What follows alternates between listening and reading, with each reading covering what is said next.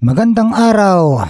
General Casimero sisirain ang plano ni Picasso na rematch kay Naoya Inoue. Habang abala ang Mexican fighter na si Alan David Picasso sa paghabol ng rematch kay Naoya Monster Inoue, tila nakalimutan niyang may isang halimaw mula sa Pilipinas ang naghihintay para ganap na sirain ang kanyang mga pangarap. Si General Cuadro Alas Casimero, ang former 3 Division World Champion, ang tunay na banta at balakid na sisira sa mga nakalinyang plano ng Mexican. Si Picasso ay nakatakdang lumaban kay Michael Rincon ngayong Agosto 29, 2026 sa Naucalpan, Mexico para sa WBC Silver Featherweight title. Inilalatag na nito ang kanyang grand plan. Ito ay ang talunin si Rincon, agawin ng WBC World Featherweight belt kay Bruce Carrington at mag-unify laban kina Angelo Leo at Rafael Espinosa bago muling harapin si Inoue. Ngunit sa likod ng lahat ng magagandang planong ito, pilit na ginagalit ni Picasso si Casimero, isang malaking pagkakamali na pwedeng magwasak agad sa kanyang karera.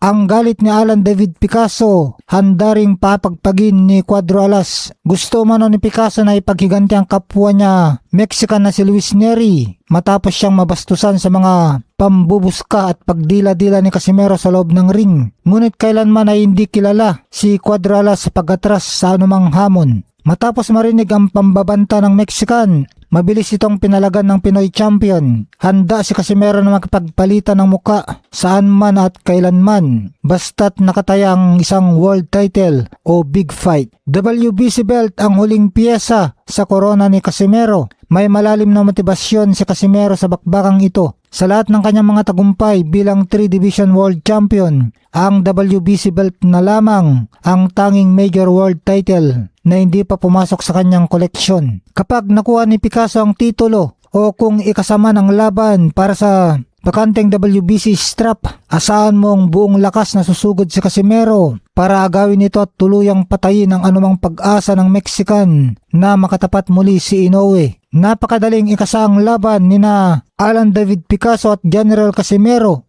Hindi mananatiling kwentong barbero lamang ang Picasso versus Casimero dahil napakadaling gawing katotohanan ang negosasyon. Parehong may solidong koneksyon ng dalawang kampo sa MP Promotions sa pangunguna ni Sean Gibbons at Sunfair Promotions. Kapag opisyal nang pumasok sa negosasyon ang magkabilang panig, walang magiging dahilan si Picasso para umiwas. Ngunit dapat siyang mag-ingat sa pagnanais niyang mabalikan si Inoue. Baka kay Casimero pa lang ay magwakas ng kanyang pangarap.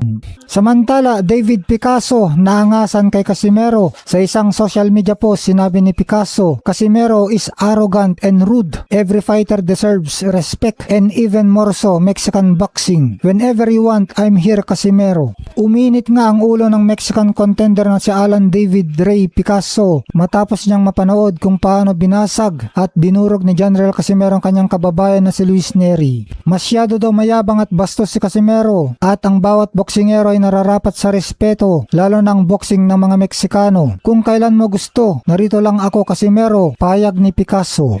Bilang isang purong Meksikano, hindi nagustuhan ni Picasso ang tila pagpapahiya at pagmamaliit ni Casimero kay Neri, pati na rin ang naging pambubuyo nito pagkatapos ng laban. Dahil dito umusbong na bagong rivalry. Dahil kapwa sila nasa radar ng mga bigating laban sa super bantamweight at featherweight division, ginamit ito ni Picasso para hamunin ng tapatan si Casimero upang turuan ng leksyon at ipagiganti ang kanyang kababayan. Kaya mukhang matapos may tumba si Neri, may panibago na namang matinding kalaban mula sa Mexico na seryosong umahabol sa anino ni Cuadro Alas. Samantala, bilang promoter ng 3-150 Fight Volume 10, sumugal si Koki Kameda sa paglipat ng laban mula Kyrgyzstan patungong Japan. Dahil sa eksplosibong bakbakan ni Casimero at Neri na nagtapos sa isang kapanapanabik na 4th round knockout, naging patok ang event sa mga manonood. Ticket sales at pay-per-view, streaming revenues, ramdam na ramdam ang kita. Nang mag-overweight si Luis Neri sa weigh-in, nanganganib na makansela ang pinakatampok na laban ng gabi na magiging sanhi ng malaking pagkalugi sa pera at reputasyon ng Kameda Promotion. Dahil tinuloy pa rin ni Casimero ang laban, nailigtas ang buong event. Dahil hawak ng Kameda Promotions ang natatanging boksingero na nakapagpabagsak kay Neri ng ganoong kabilis, hawak ngayon ni Kameda ang gintong ticket. Mas madali na silang makakapag-organisa ng mas malalaking laban para kay Casimero na siguradong dudumugin muli ng mga fans. Ang pag-inom nila ng ng wine ay pagpapakita ng pasasalamat ni Kameda dahil pareho silang nagpaldo, si Casimero sa kanyang karera at pitaka at si Kameda sa tagumpay ng kanyang promosyon. Magandang araw!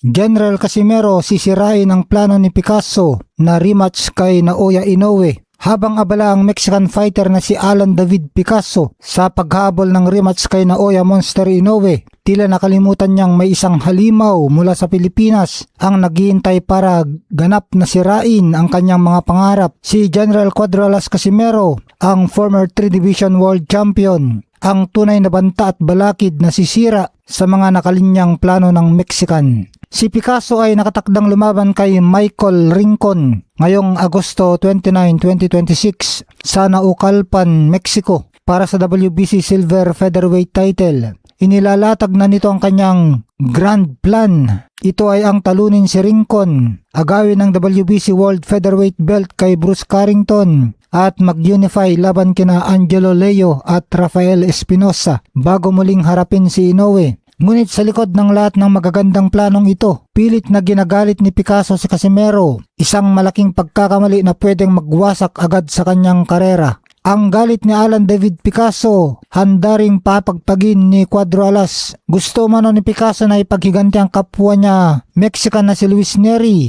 matapos siyang mabastusan sa mga pambubuska at pagdila-dila ni Casimero sa loob ng ring. Ngunit kailanman ay hindi kilala si Cuadro Alas sa pag-atras sa anumang hamon. Matapos marinig ang pambabanta ng Mexican, mabilis itong pinalagan ng Pinoy champion. Handa si Casimero na magpagpalitan ng muka saan man at kailanman, basta't nakataya ang isang world title o big fight. WBC belt ang huling piyesa sa korona ni Casimero. May malalim na motibasyon si Casimero sa bakbakang ito. Sa lahat ng kanyang mga tagumpay bilang 3 Division World Champion, ang WBC belt na lamang ang tanging major world title na hindi pa pumasok sa kanyang koleksyon. Kapag nakuha ni Picasso ang titulo o kung ikasama ng laban para sa bakanteng WBC strap, asahan mo ang buong lakas na susugod si Casimero para agawin ito at tuluyang patayin ang anumang pag-asa ng Mexican na makatapat muli si Inoue. Napakadaling ikasang laban nina Alan David Picasso at General Casimero. Hindi mananatiling kwentong barbero lamang ang Picasso versus Casimero dahil napakadaling gawing katotohanan ang negosasyon. Parehong may solidong koneksyon ng dalawang kampo sa MP Promotions sa pangunguna ni Sean Gibbons at Sunfair Promotions. Kapag opisyal nang pumasok sa negosasyon ang magkabilang panig, walang magiging dahilan si Picasso para umiwas. Ngunit dapat siyang mag-ingat sa pagnanais niyang mabalikan si Inoue. Baka kay Casimero pa lang ay magwakas ng kanyang pangarap. Magandang araw! General Casimero sisirain ang plano ni Picasso na rematch kay Naoya Inoue. Habang abala ang Mexican fighter na si Alan David Picasso sa paghabol ng rematch kay Naoya Monster Inoue, tila nakalimutan niyang may isang halimaw